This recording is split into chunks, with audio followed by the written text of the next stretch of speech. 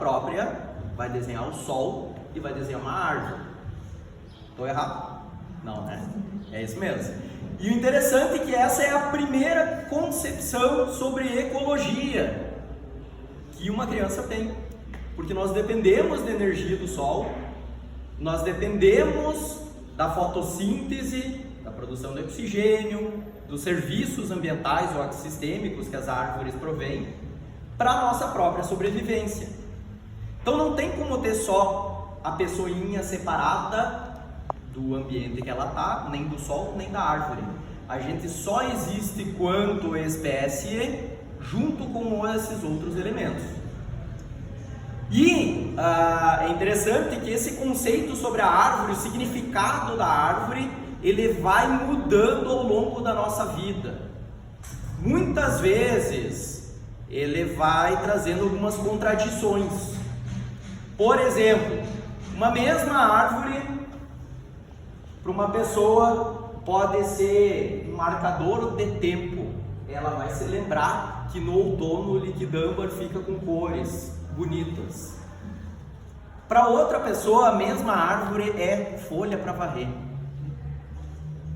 Eu posso ter uma sibipiruna que passa o ano inteiro dando sombra, protegendo do sol, do calor, e uma outra pessoa vai enxergar aquela sibipiruna e só vai pensar na calha que tem que varrer, que tem que limpar. Ou então as flores, temos várias árvores floríferas, né? Isso é uma beleza cênica que agrega um patrimônio cultural para o nosso município, ou é mais trabalho para varrição no dia a dia? Veja que a mesma árvore ela pode ter esses significados distintos. E por que isso muda ao longo da vida? Parece que as crianças elas têm uma visão tão mais bonita em relação às árvores, né? Bom, a gente fala em mudanças climáticas. A gente não tem como enfrentar mudanças climáticas no meio urbano sem as árvores. A árvore hoje é o maior e mais importante instrumento de segurança e de prevenção às mudanças climáticas. Porque eu estou falando de ondas de calor, eu estou falando de secas, eu estou falando de inundações, drenagem, e as árvores beneficiam, auxiliam na questão da drenagem também. E além de tudo isso, ventos fortes. E quem reduz a velocidade dos ventos são as árvores. E dentre as árvores não adianta ter arbustinho. Eu preciso ter árvore grande e frondosa para prevenção de ventos fortes.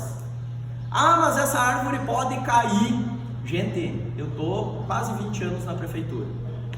A gente não teve, por sorte, né? Ainda bem, nenhuma vítima por queda de árvore em 20 anos em Ijuí. Outros municípios já tiveram. Os casos de dano ao patrimônio são muito pontuais. Raramente acontece, é poucas vezes no ano que acontece, uma, duas vezes. Agora eu pergunto para vocês, quantas vítimas a gente tem de acidente de trânsito nesse período de 20 anos? Quantos danos materiais por acidente de trânsito? E aí é uma contradição, porque às vezes parte da população pensa nas árvores como algo asqueroso, algo ruim, algo que tem que ser combatido, mas não pensa a mesma coisa sobre veículos. Sendo que a gente vê que a gente tem muito mais benefícios com árvores do que malefícios. Claro que isso não é, em hipótese alguma, motivo para que a gente seja leviano e não trate com seriedade o tema. Não pode deixar a árvore com risco de queda por aí. Tem que tratar tudo com muita seriedade. Mas a reflexão é muito válida. E a maior preocupação que quem trabalha com arborização tem é que as décadas, os anos vão passando, as décadas vão passando e as árvores são seres vivos. Aqui, ó, um desses liquidâmbares morreu. Já não tá bonito assim, tá faltando uma lá. Esse pé-ouro aqui, ó, saiu para construir um edifício. Não existe mais, é em memória. Aqui, ó, na esquina do Emílio Glitz, um dos jacarandás quebrou. ficou comprometido, foi removido. Já não é mais assim. E a timbaúva, que tanto encanta vocês lá, é em memória, gente. Ela morreu. Ela não existe mais. E por que eu estou falando isso? Porque se a gente não cuidar da arborização, não repor as árvores, a gente perde patrimônio, a gente perde uma das maiores ferramentas que a gente tem na prevenção das mudanças climáticas e dos eventos extremos. Por isso, tem que ter muita responsabilidade e não pode ser só o João defendendo a árvore, tem que ser todos vocês que estão aqui ouvindo. Todos nós temos que parar, pensar e assumir para si essa responsabilidade. Não dá para deixar a responsabilidade na mão de uma ou poucas pessoas. Tem que ser a responsabilidade de toda a nossa comunidade. Ok, feita essa reflexão, essa exposição que vocês estão vendo aqui é uma coletânea de fotos que eu venho fazendo ao longo dos anos, no dia a dia. Por isso que tem fotos de árvores que não existem mais.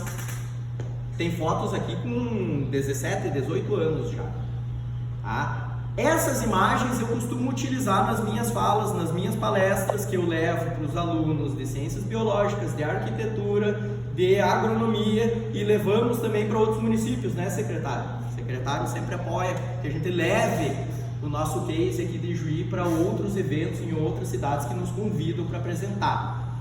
Numa dessas falas, o curso de ciências biológicas, vendo as imagens, acabou nos provocando então para tirar do meio virtual essa informação e trazer para uma mídia física.